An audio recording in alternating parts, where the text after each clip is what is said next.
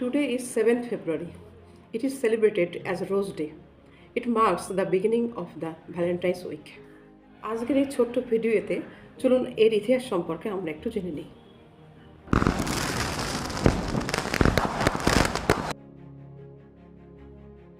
প্রাচীনকাল থেকেই গোলাপ ফুল ভালোবাসার সঙ্গে জড়িত। রোমান ও গ্রিক সভ্যতায় গোলাপকে ভালোবাসার দেবী আফ্রোদিতি ও ভেনাস এর প্রতীক চিহ্ন হিসেবে ধরা হতো।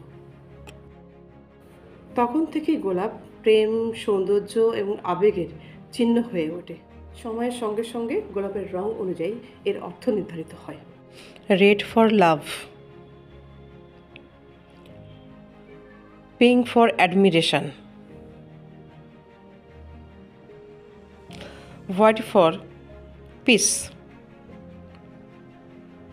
Yellow for friendship. So, the Rose Day teaches us that sometimes a rose can speak the feelings of our mind.